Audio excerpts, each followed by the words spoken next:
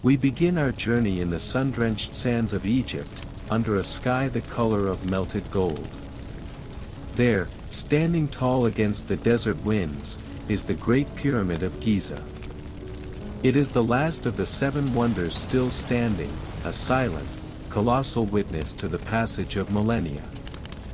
This monumental structure was built as a tomb for Pharaoh Khufu, but to see it merely as a tomb is to miss its true essence.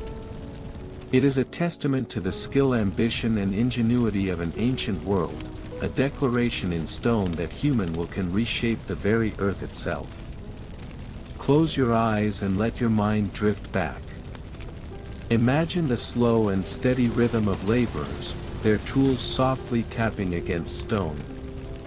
Picture the sheer scale of the operation, limestone stone blocks so massive that even today we wonder how they were moved with such precision, stacked perfectly to create this monumental structure.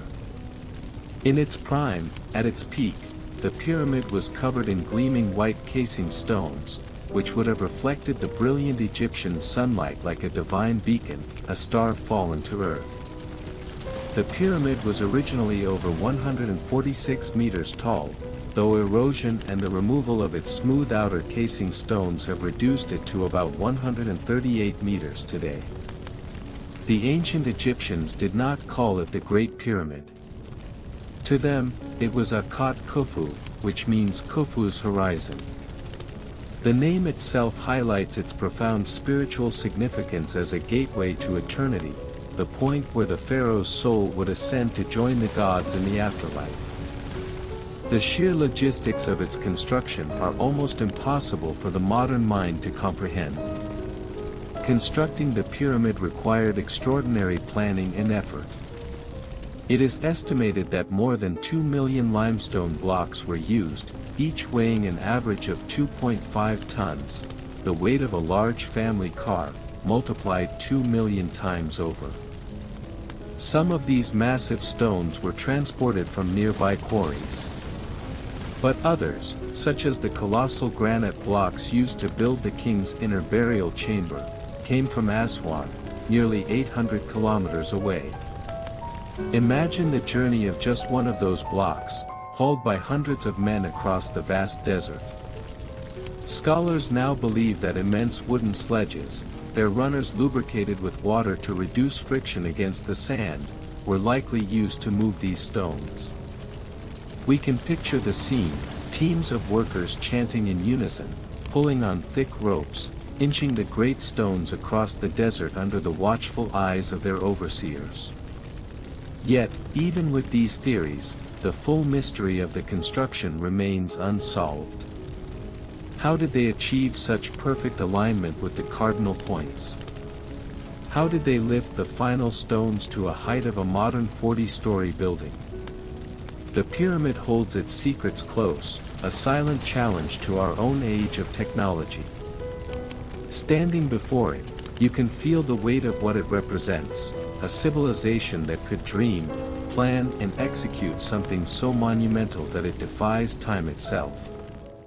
As the desert wind whispers around you, you can almost hear the echoes of the past, the whispers of ancient priests chanting prayers, the sound of chisels shaping stone, and the collective effort of thousands working under the burning sun.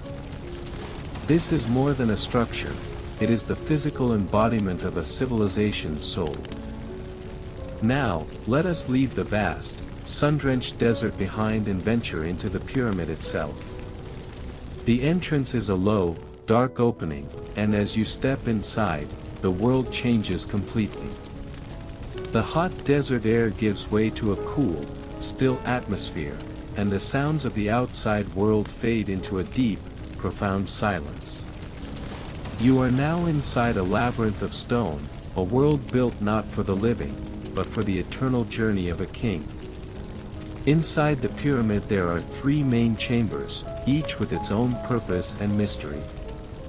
Our journey takes us first down a long, sloping passage deep into the bedrock beneath the pyramid, into the subterranean chamber. It is a strange, unfinished room, its walls rough and uneven. Scholars debate its purpose. Was it an abandoned first plan? A decoy to fool tomb robbers? Or did it serve a symbolic purpose we no longer understand? Its raw, incomplete nature only deepens the pyramid's enigma. We then ascend, moving upwards through narrow corridors into the very heart of the structure, to the room misleadingly known as the Queen's Chamber. It is a beautiful room with a pointed, gabled roof, more finely finished than the chamber below. From its walls, two mysterious small shafts extend upwards, not to the outside, but into the solid mass of the pyramid. They were not for ventilation. Many believe they were spiritual conduits, aligned with specific stars, designed to guide the pharaoh's soul on its journey to the heavens. Finally, we arrive at the pyramid's true core, the king's chamber. The passage opens into a room of breathtaking austerity and power. Unlike the limestone of the other chambers, this room is made of red granite, its massive blocks polished smooth. The air here feels heavy with the weight of history and the millions of tons of stone pressing down from above. In the center of the room lies the remnants of Khufu's sarcophagus, lidless and empty, a silent testament to the tomb raiders who breached this sacred space millennia ago. As you stand in this chamber, you might wonder how it has survived, uncrushed, for over 4,500 years. The answer lies in a hidden feat of engineering, a testament to the engineer's brilliance. Located directly above this chamber are a series of relieving chambers, 5 small compartments stacked one on top of the other, designed for a single, brilliant purpose, to distribute the weight of the massive stone structure and channel it away from the king's chamber. This ingenious, unseen design is perhaps the greatest evidence of the builder's advanced understanding of architecture and physics. It is important to remember that the Great Pyramid was not built in isolation. It was the centerpiece of a larger complex, a sprawling necropolis that created a city of the dead. This complex included smaller pyramids for queens, temples where offerings were made, long causeways, and, of course, the Great Sphinx standing guard with its mysterious gaze. The entire plateau was a carefully planned spiritual landscape, designed to facilitate the pharaoh's journey into the afterlife. Although it was looted over centuries, the pyramid once contained treasures meant to accompany Khufu into the afterlife. We can imagine chests filled with gold, precious stones and artifacts that reflected his status and beliefs. For the ancient Egyptians, the afterlife was seen as a continuation of earthly life but elevated to divine heights. This pyramid, this entire complex, was not just a tomb, it was an eternal palace, a launchpad for a god-king's soul. Today, the pyramid inspires all, not just because of its size but because of what it represents, a civilization that could dream, plan and execute something so monumental that it defies time itself. Next, let's drift east to the lush and fertile lands of Mesopotamia, to the ancient city of Babylon. Here, legend tells of a wonder that defied the harsh desert landscape, a paradise suspended in the air. This is the story of the Hanging Gardens of Babylon. It is a story unique among the ancient wonders, for while the others have left ruins or records of their existence, the gardens remain shrouded in mystery. Though scholars debate whether they ever truly existed, their legend lives on. So tonight, we will build them together in our minds. Picture a cascading paradise of greenery, a man-made mountain of life rising from the dusty plains. Imagine tiered terraces overflowing with vibrant flowers, exotic plants and vines that trail gracefully over stone ledges. The structure itself is almost like a ziggurat, a stepped pyramid, but made not of sterile brick, but of living, breathing flora. Each level is a new world. One might be filled with fragrant rose bushes and fruit trees, another with shaded walkways draped in flowering honeysuckle, and the highest levels with trees native to distant mountains, their leaves rustling in the desert breeze. Now, listen. Imagine the soft trickle of water as it flows through ingenious irrigation channels, nourishing the garden and creating a soothing rhythmic sound. Water cascades from one terrace to another, creating the soothing ambience of a natural waterfall. This constant, gentle murmur is the heartbeat of the gardens, a sound of life and coolness in the blistering desert heat. This was a marvel of engineering. The ancient writers describe an elaborate system of pulley and chain pumps designed to draw water from the mighty Euphrates River, lifting it to the topmost terraces. The air itself is a sensory feast, filled with the scent of roses, honeysuckle and herbs. It is an oasis not just for the eyes and ears, but for the soul. The story behind this wonder is as beautiful as the gardens themselves. They were said to be built by King Nebuchadnezzar II for his wife, Amuse, who longed for the green hills and mountains of her homeland. Imagine a queen from a verdant land, homesick in the flat, sun-baked world of Babylon. And imagine a king whose love was so great that he built her a mountain of green, a living reminder of the home she missed. If they existed, the gardens were a symbol of love, power and ingenuity. But did they exist? Archaeologists have searched for evidence of the gardens in Babylon, but no conclusive remains have been found. This has led some historians to believe they may have been located in Nineveh rather than Babylon, while others suggest they were purely a poetic creation meant to symbolize the height of Mesopotamian culture. A beautiful story, a perfect metaphor for bringing life to the lifeless. Whether fact or fable, the Hanging Gardens remind us of the human desire to create beauty even in the harshest of environments. As we leave this imagined oasis behind, the soft rustle of leaves and the gentle murmur of flowing water linger in our minds. Our next stop is the Grand Temple of Artemis at Ephesus, a place of worship so magnificent that it drew pilgrims and travelers from distant lands. As we approach the ancient city in modern-day Turkey, imagine the bustling port, the air filled with the scent of sea salt, spices, and the chatter of a dozen different languages. Merchants, sailors, poets, and philosophers all converged on this thriving cultural hub, but for many, their ultimate destination was the temple, a structure that stood as a symbol of divine beauty and architectural splendor. It was built in honor of Artemis, the goddess of the hunt and fertility, a powerful and revered deity whose influence stretched across the ancient world. Let us picture it in its prime. Before us stands not a building, but a veritable forest of marble. Its grand columns stretch skyward, intricately carved and polished to perfection. The temple measured over 115 meters long and 55 meters wide, making it one of the largest temples of the ancient world. It was surrounded by a double row of columns, 127 in total, each standing 18 meters tall, the height of a modern 6-story building. The sheer scale is staggering. The pure white marble glistens in the soft light of dawn as worshippers gather with offerings of flowers, fruit and prayers. The temple's beauty lay not only in its size but also in the intricately carved friezes and sculptures that depicted scenes from Greek mythology.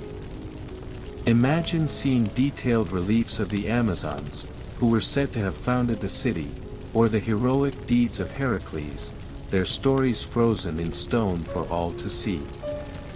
The temple was not only a place of worship but also a cultural hub where poets recited their works and artists displayed their masterpieces. It was a sanctuary, a treasury, and a marketplace of ideas, all under one magnificent roof. Now, let us step inside.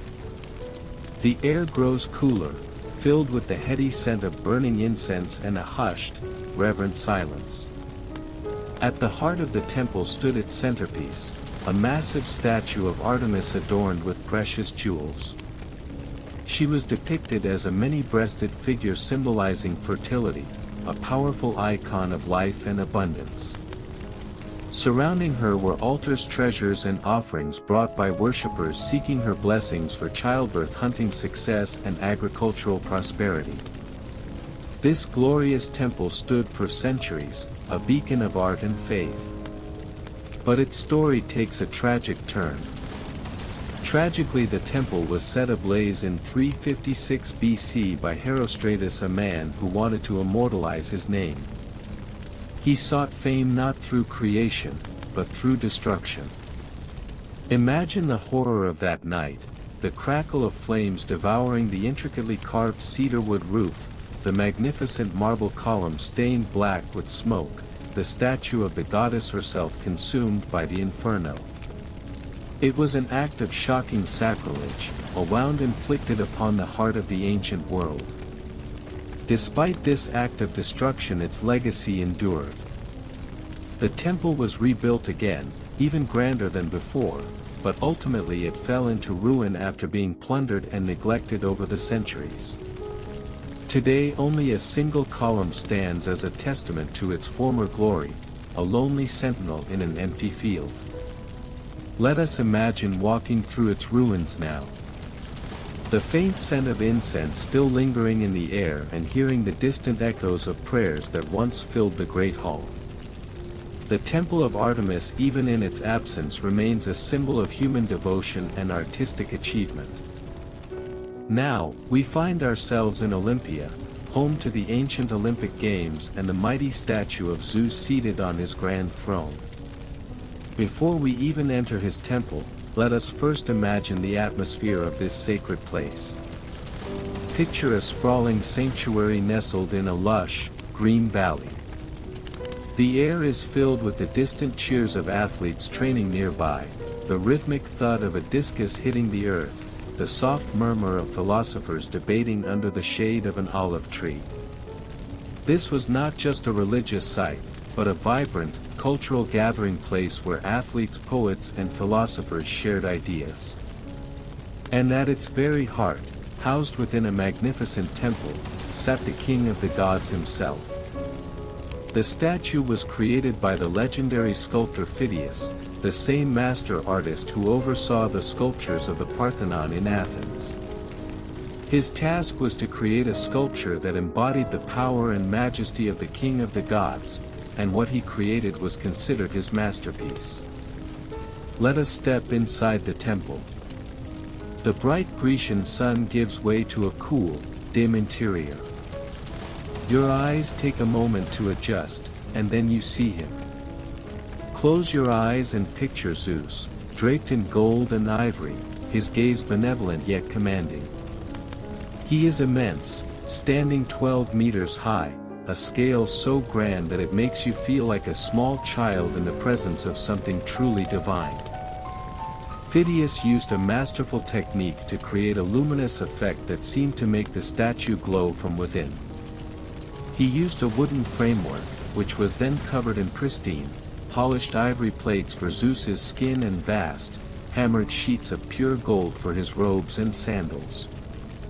In the soft glow of torchlight that illuminates the temple, the effect would have been breathtaking, as if the god was truly present, his golden robes shimmering and his ivory skin radiating a soft, divine light.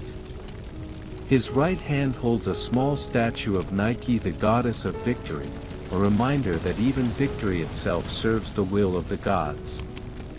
His left rests on a tall scepter crowned with an eagle, the symbol of his power and domain over the heavens. He is seated upon a magnificent throne made of cedarwood, intricately inlaid with ebony, ivory, gold and precious stones. The throne itself was a masterpiece of craftsmanship, its legs and arms decorated with intricate carvings of mythical creatures and gods, telling stories of divine battles and cosmic order. Now, lift your gaze. Above Zeus, the high ceiling of the temple was adorned with beautiful paintings of constellations, as if the heavens themselves watched over the god. To stand in this room was to stand at the center of the cosmos, with the king of gods and men bridging the worlds, a silent, powerful link between the mortal and the divine. Visitors came from across the ancient world, from the shores of Africa to the plains of Asia, to stand in awe before the statue. For them, this was more than just a work of art. Some believed that merely gazing upon it would grant them divine favor or wisdom. Imagine the scene, the great hall filled with a hushed reverence, the air thick with the scent of incense, the quiet murmur of prayers, and the shuffle of sandal feet on the marble floor. For a moment, the statue ceased to be gold and ivory, and became a living god, offering silent counsel and blessings to those who sought it. Unfortunately, after centuries of inspiring awe, the statue was destroyed during the 5th century AD, possibly in a fire or earthquake. Its precious materials were scattered or lost to time, leaving behind only the breathless written descriptions of its magnificence. The world lost a masterpiece that can never be recovered. Yet even in its absence, the image of Zeus seated in glory remains etched in human imagination. The legacy of Zeus and Olympia lives on, reminding us of the cultural and spiritual unity that once defined this sacred place. Next we travel to Halicarnassus, a city on the coast of modern-day Turkey, where a grand tomb was built for Meles, a Persian satrap, and his wife Arisia. Known as the Mausoleum, this structure was so extraordinary that it gave birth to the very word we use today to describe grand tombs, mausoleum. This was not a temple to a god, but a monument to a ruler's power and, more importantly, to a queen's profound love. Imagine a structure rising from the ground like a beacon of elegance, a stunning creation that blended Greek, Egyptian, and Mayan architectural styles. The mausoleum stood about 45 m tall, with a rectangular base surrounded by a forest of graceful columns, and topped with a pyramid-shaped roof. At the very peak, watching over the city, was a grand sculpture of Meles and Arisia riding a chariot, forever united on their journey into eternity. The sides of the structure were adorned with magnificent carved friezes that depicted scenes of battles and mythological events, each carved with meticulous attention to detail by the most famous sculptors of the age. The driving force behind this wonder was Queen Artemisia herself, who oversaw the construction of the tomb after the death of Merelas. Her devotion was so profound that, according to legend, she mixed his ashes with water and drank them, symbolizing her eternal bond to him.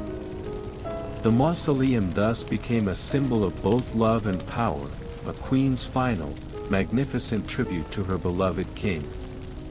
For centuries, it drew admiration from visitors, a work of art as much as a tomb.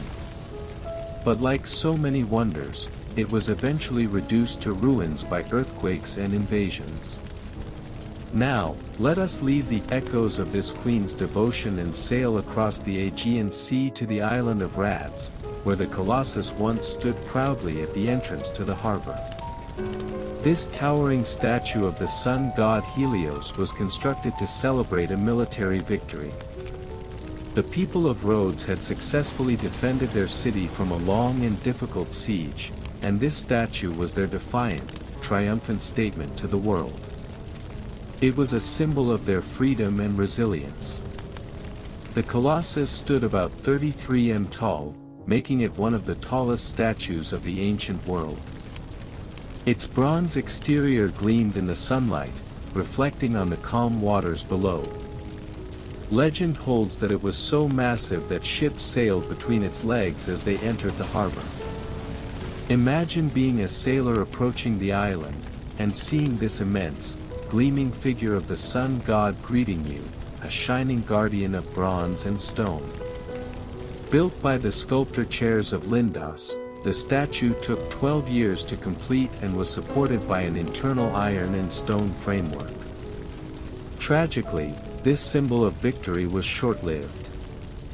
The Colossus only stood for about 54 years before an earthquake brought it down.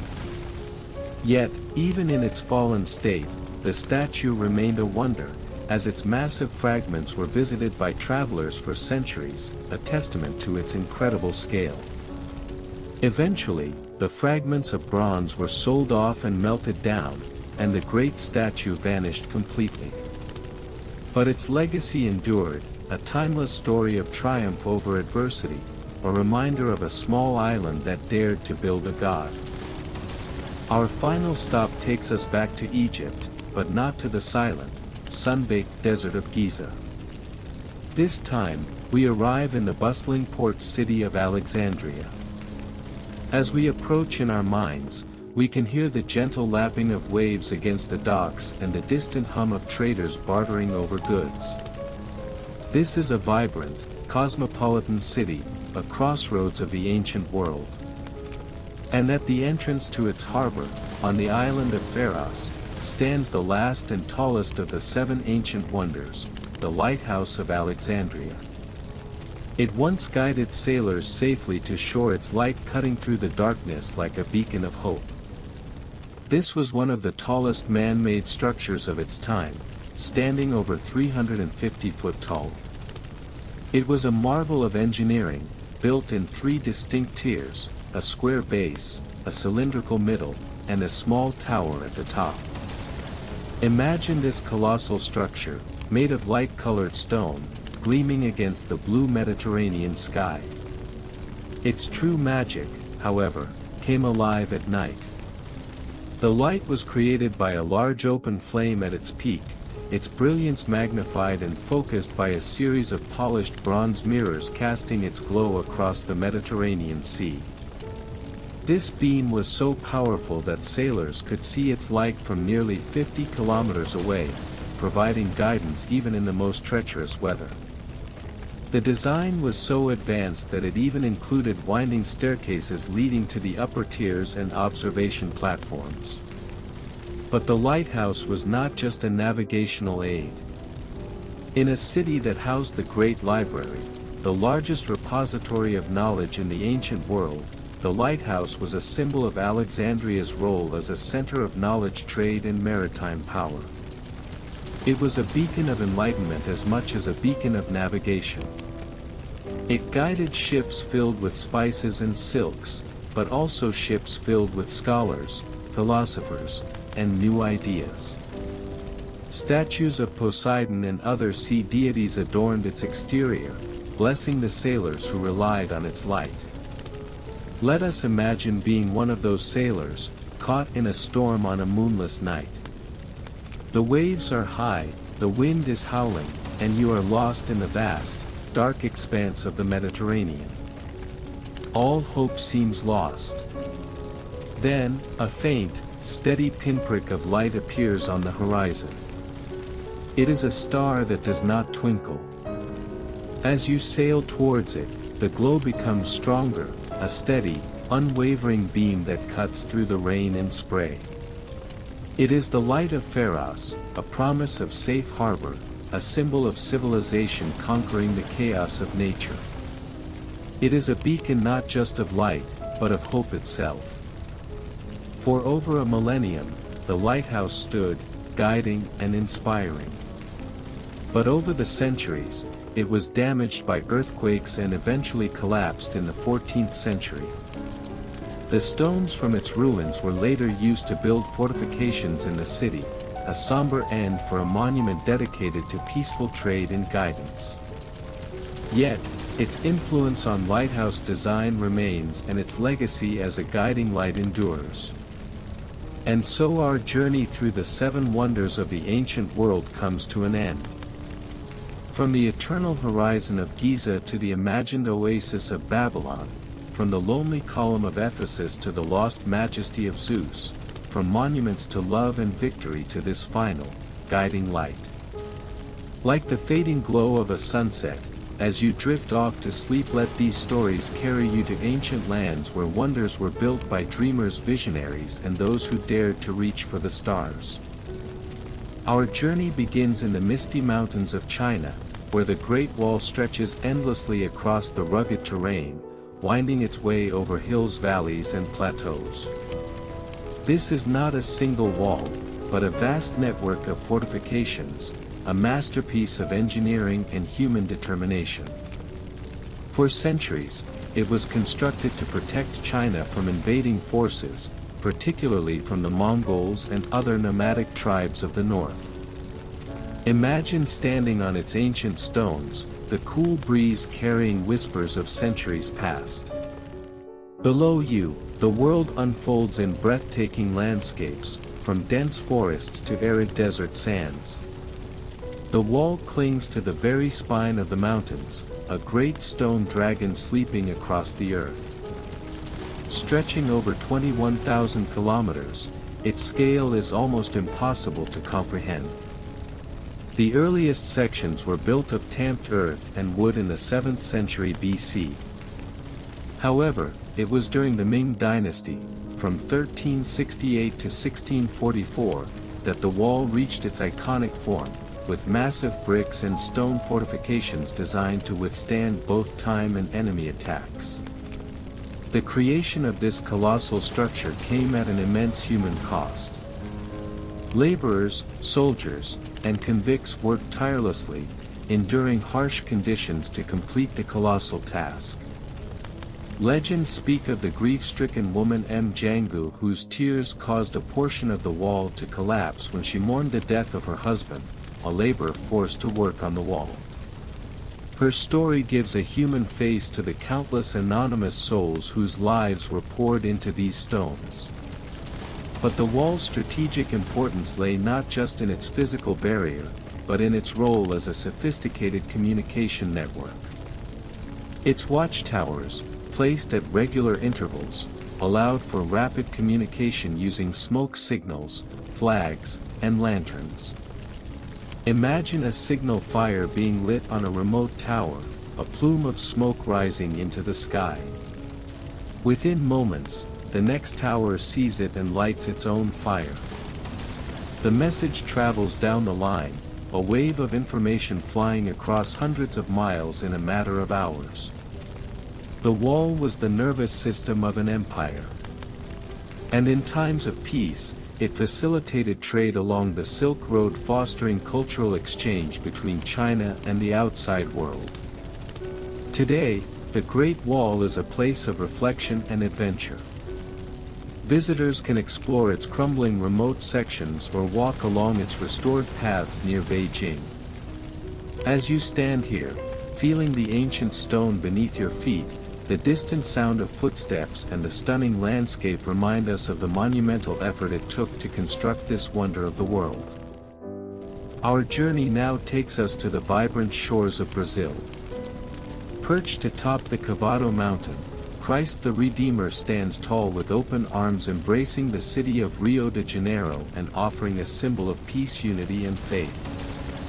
The statue, one of the most iconic landmarks in the world, watches over the vibrant city, the lush forests, and the azure waters below. Its story began in the 1920s, when Brazilian Catholics proposed a monument to mark the centennial of Brazil's independence from Portugal. Designed by Brazilian engineer Heitor de Silva Costa and sculpted by French artist Paul Landowski, the statue took 9 years to complete. Its construction was an incredible engineering feat given the remote location and challenging terrain. Standing 30 m high with an arm span of 28 m, Christ the Redeemer is made of reinforced concrete and covered in soapstone, chosen for its durability and smooth finish. Imagine the workers, navigating narrow paths and steep cliffs, carefully fixing each of the thousands of soapstone tiles by hand, creating the statue's distinct soft gray color that glows under sunlight and moonlight alike. Today, it stands not only as a marvel of engineering and art but as a symbol of unity, welcoming millions of visitors from all backgrounds to experience its message of peace. Now, let us leave this symbol of open-armed faith and journey deep into the heart of the continent, high into the Andes Mountains. Here, hidden from the world for centuries, Machu Picchu emerges from the clouds like a lost city frozen in time. Built by the Inca Empire in the 15th century, this ancient citadel is a marvel of engineering, blending seamless with a natural landscape. Surrounded by lush greenery and steep cliffs, it's no wonder Machu Picchu is often called the lost city of the Insur. It is believed to have served as a royal estate or religious retreat, its location nearly 2,500 m above sea level chosen for its strategic significance, offering both protection and a connection to the sacred landscape. The city's terraces, used for agriculture, not only provided food but also helped prevent soil erosion. The stones used to build its structures were precisely cut using a technique called ashlar masonry, where they fit so tightly that even a blade of grass cannot pass between them. Key structures include the Temple of the Sun, its curved walls and strategic windows designed to capture the sun's rays during the solstice. Nearby, the Intihuatana stone, believed to be an astronomical calendar, was used by priests to mark significant solar events. Machu Picchu remained unknown to the outside world until its rediscovery by American explorer Hiram Bingham in 1911. Today, as we walk among its ruins, we can imagine the sounds of rituals, the chants of priests, and the bustling life of its former inhabitants. Our journey takes us now to the heart of Mexico's Yucatan Peninsula, where we find Chichen Itza, an ancient Mayan city that once served as a major political and economic center. The city's most iconic structure, the Pyramid of Colón, rises majestically from the surrounding jungle. Its precise geometry reflects the Mayans' advanced understanding of astronomy and mathematics. The pyramid is, in fact, a stone calendar.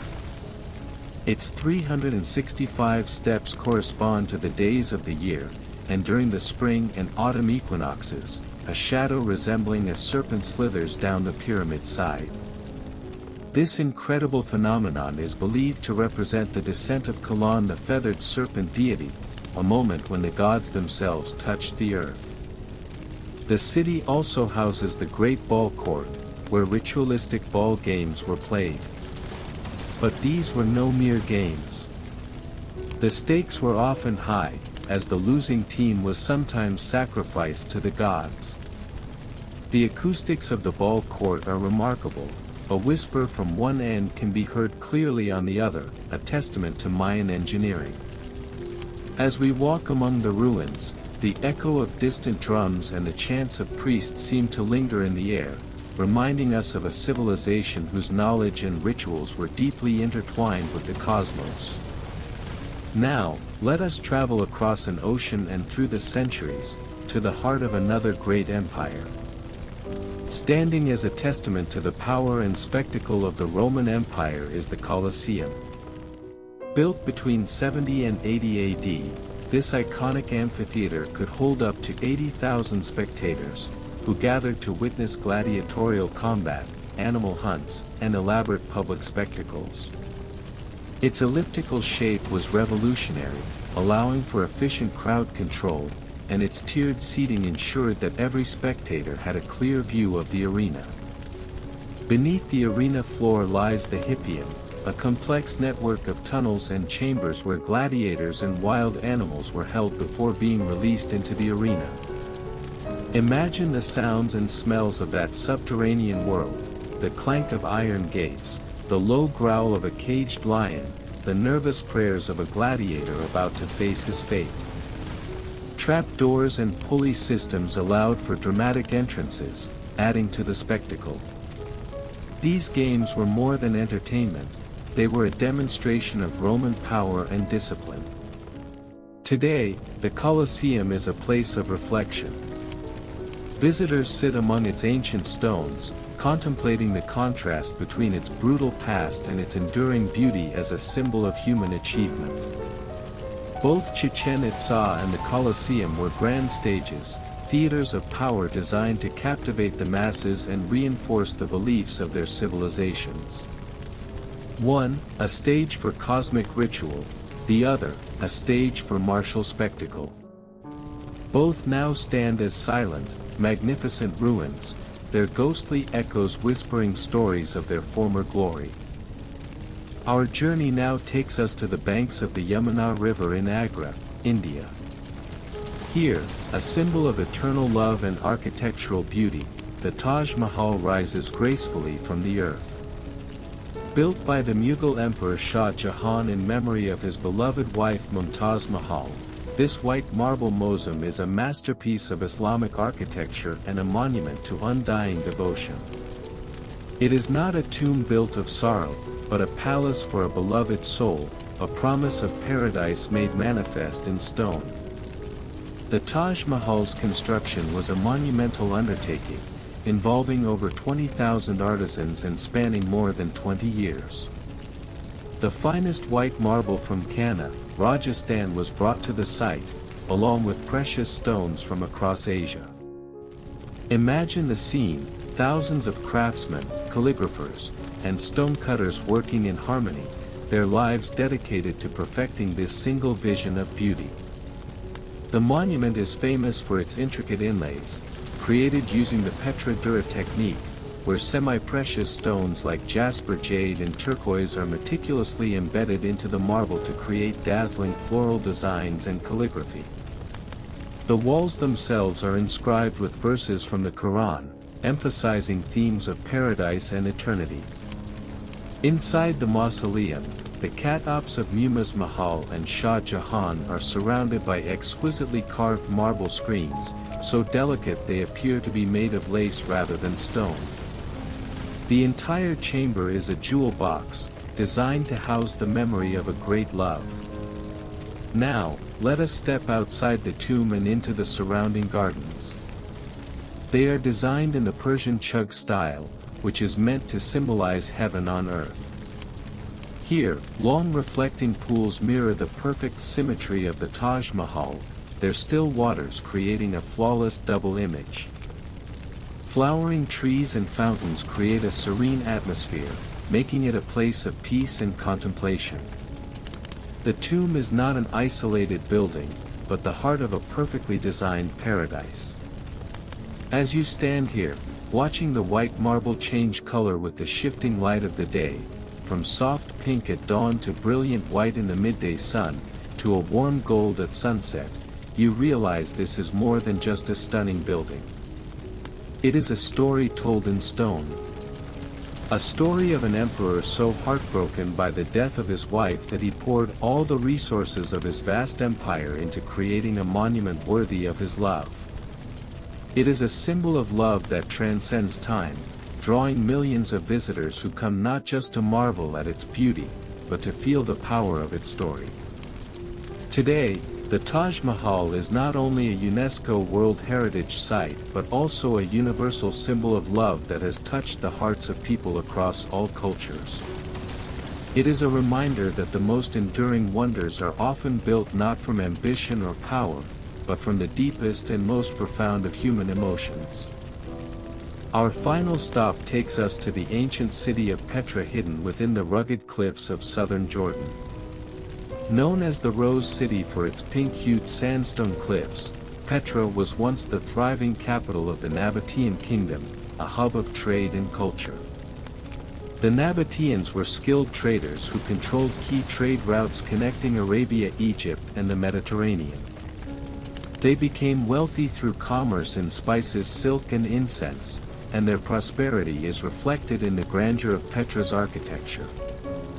To build a thriving city in the arid desert, they also became masters of water management, creating a sophisticated system of channels, SYSTS, and dams that was essential for its survival. To reach the city, we must first pass through the Sik, a narrow gorge flanked by towering cliffs. Imagine walking through this winding, natural corridor. The rock walls rise hundreds of feet on either side, sometimes so close they almost touch, blocking out the sky. The air is cool, and the only sound is the soft echo of your own footsteps. With every turn, anticipation builds until, at the end of the gorge, you see a sliver of a magnificent, rose-colored facade, glowing in the sliver of sunlight that penetrates the canyon. Then, you step out of the Sik, and the treasury, or Al-Khazna, is revealed in all its glory. Its entire facade, with its intricate Corinthian column statues and reliefs, is carved directly into the rock. It is a breathtaking sight, a perfect work of art created not by building, but by taking away. Its true purpose remains debated, with theories ranging from it being a royal tomb to a treasury for storing riches. But beyond the treasury, Petra reveals its sprawling complex of tombs, temples and amphitheaters, an entire city carved from the living stone. High on a hill, the monastery, or Ad-Dair, rivals the treasury in grandeur and offers breathtaking views of the surrounding desert. The city thrived for centuries before declining due to shifting trade routes and natural disasters. It was rediscovered by Swiss explorer Johann Ludwig Burckhardt in 1812, and has since captivated the world. As we leave Petra, the sound of the desert wind and the glow of the setting sun remind us of the timeless beauty and ingenuity that have carved this wonder into history. And so, our journey through these wonders of the ancient and modern world comes to an end. From the pyramids to Petra, from gardens of love to temples of faith, from monuments of victory to stages of spectacle. As you drift off to sleep, let these stories of human ingenuity and passion carry you to distant lands where wonders were built by those who dared to dream beyond the horizon.